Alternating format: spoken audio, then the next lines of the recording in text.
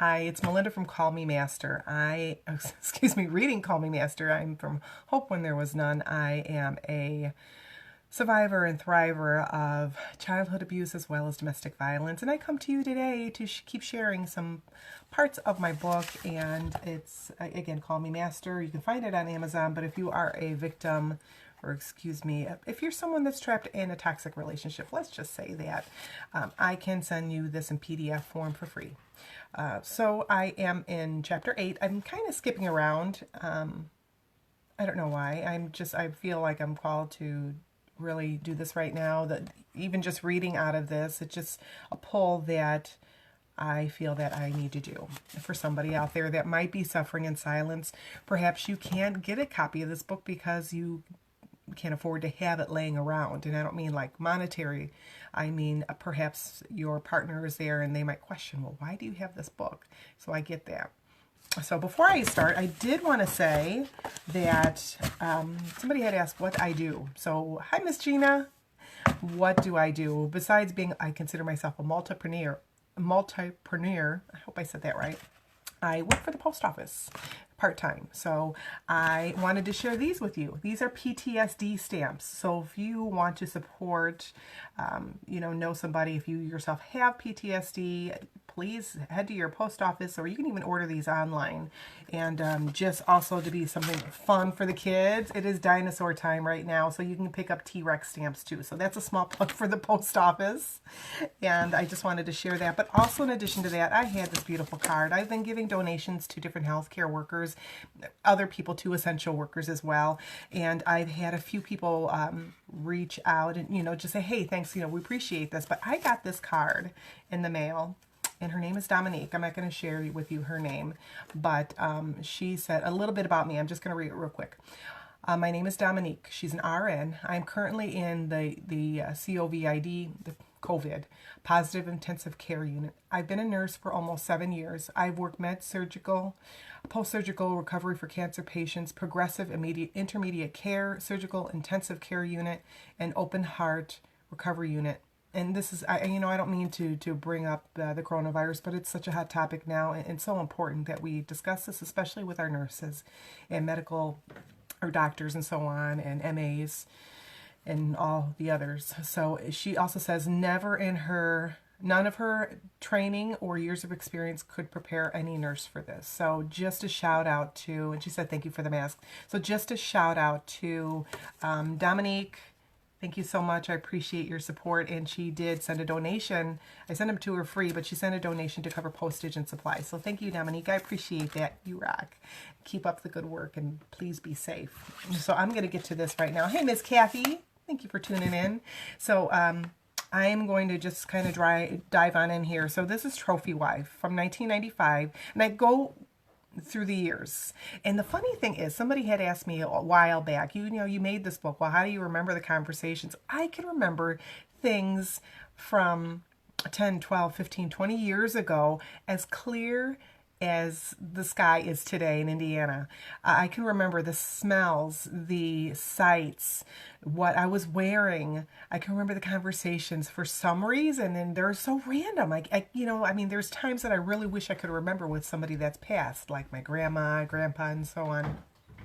But yet some of these traumatic things is what I can really remember, the smells, and it just blows me away how our mind works. But this is a Trophy Wife from 1995 to 2008, through 2008. And now 2008 is very monumental because that's when I finally decided I'm done. I'm leaving.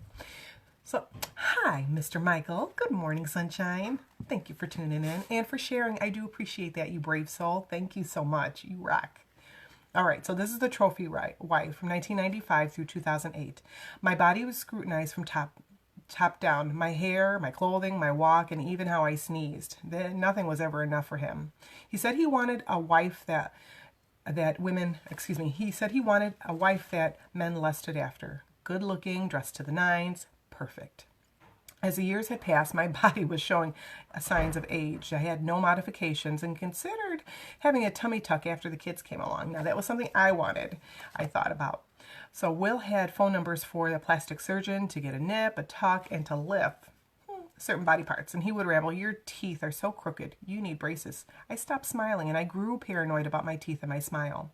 I had a funny ear, which Will wanted, and I still have my funny ear. My Spock ear, birth defect. If you can see that. I can't hear out of that ear, so if we're in a crowded room and you're chatting with me, I'll just nod politely, say, yeah, okay. And I'm not probably hearing anything you're saying to me, and don't whisper in that ear either. I know you have. You are marvelous, Mr. Mike. I love you to death. Oh, you know, when this is over, someday we're going to have to meet again in real life. It's been too long. Years. I don't even know how long. 2 decades? Maybe 3? It's been a long time. All right, so here we go.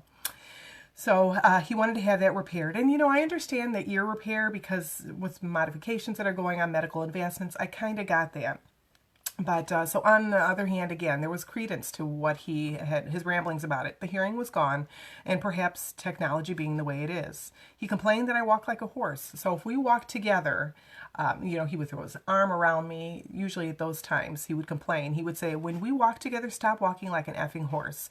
You gallop. Now, I said the true word in the book. I'm not saying it right here. You gallop when you walk, when I have my arm across your shoulders. Can't you just walk normally? Stop your effing bouncing crap when you walk. No, I was short, or I was too short. He complained I walk like a duck. So when I didn't walk like a horse, I was walking like a duck. What the hell? Can't you even walk with your feet in? You walk like a damn duck. My boobs weren't perky enough. He'd call me droopy tits and say, hey, I need to get a boob job for you. He would rant. Or my circles under my eyes. Look at those damn circles under your eyes. Put something on your eyes. Don't tilt your head like that. I see your double chin. Fucking pig. Oh, I said the bad word. I didn't mean to. Effing pig. There you are again, sweating like a disgusting pig. I sweat at the drop of a hat. It can be like I'm cold, which is weird, but I sweat all the time, and it's really annoying to me, and it's something I don't like, but he pointed it out a lot more. So he said that I'm sweating again like a disgusting pig. I dislike this trait. I really do. He refused to hold my hand. If we walked together somewhere in public or even in the yard, he refused to walk with me and hold my hand. You're lazy. These are some of the things I heard. You're useless. You're worthless. Getting effing job, you lazy spick. You're only good for one thing, either on your back or on your knees. Men are pigs. If you ever leave me, know this. Excuse me. If you ever leave me, know this. Men are pigs. They won't want you for anything else but to screw you. I wasn't blonde or redhead, so I colored my hair to appeal to his lust for a woman with that hair color. I would sometimes wear a wig in the bedroom to appease him. I would exercise for hours while he was gone, and I ate like a bird, and despite all that, I could never lose enough or look good enough for him. He said I was embarrassment to him. I was never able to live up to his dream person image because that wasn't me. I was pretending the best that I could to live up to his dream, but each more I was losing more and more of myself in the process. Now, I got to tell you, that was something, my self-esteem was in the toilet. I had very, very little self-esteem. It was especially after I left, it was very hard for me to look in that mirror. And when I did, and I'm telling you, it takes work to get to the point where I'm at now. Not to scrutinize every imperfection, you know, the wrinkles, the crow's feet, the gray hair, silvery strands, you know, glittery strands that are coming in. And, but I've found myself after a lot of work, mirror work, affirmations, and realizing I'm a child of God and God loves me. He doesn't make dirt. I'm created in his image, and I had to remember that. I had to realize that and come to the conclusion that I'm not dirt. I'm beautiful, and I am totally worth it, and I am enough. It was something very important that I needed to share today. And again, I did skip around a little bit, and I might do that again tomorrow. But I'm coming back tomorrow with another chapter. I don't know which one I'm going to do. I haven't decided yet, but yeah, that's just something that happened to me. It was worse. A lot of things that I put in here, we went through a lot of things that were worse than what I'm chatting about, and I'm just covering this. I'm just touching the surface. There were incidents that I could just, actually there were times throughout this whole life, and even with my stepdad, that I could just write volumes on, and I just wanted to bring like the Cliff Note version of what I experienced.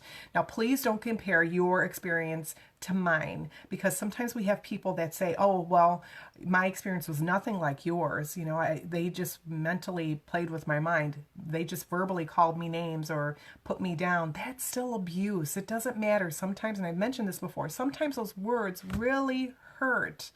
And, you know, they cut through your bone, they cut through your heart. So just because you're not going through what I'm going through or went through, please don't compare. There's no comparison. Abuse is abuse. Hi, Miss Sue Nichols there, Miss Skinny Thing. I am so proud of you. Oh gosh, Beto. Sorry, Mike, you bringing up Beto. That was my first real boyfriend, I think. I mean, I had crushes and so on, but yeah. I don't know whatever happened to him, but yeah, I remember that. Oh gosh. Am I turning red? Oh, well, thank you, my dear friend. Thank you. I appreciate that. Well, I'm going to sign off. And, you know, please, if you could share my page. I'm not looking for page views, but I know there's a lot of, victims and thrivers out there trapped. They may they may not have a glimmer of hope right now, but I don't want them to lose that hope. So if you can please do me a favor, share my page, share maybe something funny you've seen on here, or something that you have found. Thank you for the thumbs up. That you have found that Miss Kate, thank you for watching. Maybe something inspirational, something you found, a video, anything. Hey, Miss Brianna, thank you for watching. I would appreciate that, because again, being in that victim mode, you have no, you know, tomorrow is maybe. You might be, oh, thank you for all the hearts. you are in this, it's a different mindset when you, oh my goodness, all the hearts. When you get out of this, finally get out of this relationship into a normal relationship, or just normal, it's a very weird. And I don't want anybody that is in this mode right now, that's still in a relationship right now, to just say, okay, well, this is weird and I'm lonely, or I need to find somebody to take care of me or something. No. That's the time when you need to dig in and start working on yourself, really, and trust your intuition, trust yourself, and gain a support group, whether it be my group, Hope When There Was None group, or perhaps you find someone else on Facebook. Also, don't get so drawn into some of these domestic violence groups. On my group, we don't mention a lot of abuse. We talk about it sporadically. Someone brings up what while they're in the group, but it's a lot more, I don't say uplifting. I mean, not that we don't talk about narcissism, not that there aren't those pictures that are a little bit dark, but I wanted to focus the group to bring light, because you know, you need that when you're trapped in the darkness. You need that light, and I want my group to really hone in on that, and to also remind ladies, because it's only for ladies right now, sorry guys, that they are beautiful, that they're worthy, that they are enough, and that they are loved. So I try and do more self-care, more self-help for that, and I'd like to invite more people, interviewees, onto the page as well, into the group, just to share something uplifting for a change. So that's it. That's all my ramble. I'm going to let you go. I appreciate it. Again, if you get a chance, I'll bring them up again. The stamps. I do work for the post office part-time. I'm not getting any proceeds from this, but they do have PTSD stamps. I had to pick some up for myself. And for the kids right now, Dinosaur T-Rex. Yes, nothing about abuse. It's just something fun. So if your kids are into dinosaurs, awesome stamps. And it's kind of neat because there's almost like a really interesting sheen on these. You can't tell here, but it's neat. They're not holographic, but they're really cool. So order them online if you can't get to the post office, especially since you should be staying home. Yeah, check them out, your local post office or USPS.com. But this is Melinda signing off, and I'm going to let you go. Thank you so much. I haven't heard Flashlight. I'm going to have to look that up. Yeah, I'm going to have to look that up. I haven't heard that, so I'm going to look that up. Thank you for the new tune. I'm going to check that out and put it on my Spotify. I love you. Thank you all for watching. I appreciate it. If you have a comment, if you need to share, you can share privately. If you have a prayer request, don't hesitate to drop it in the comments, or also just reach out to me. I'm happy to listen and help you the best I can. So thanks a bunch. Bye, Jessie J. You know, I don't listen to mainstream music anymore, so I will look for Jessie J. Thank you, Dow. I appreciate that. Mwah! It's Melinda signing off, and I'll see you tomorrow morning around this time, maybe a little earlier. I don't know. Have a good rest of your day. Bye.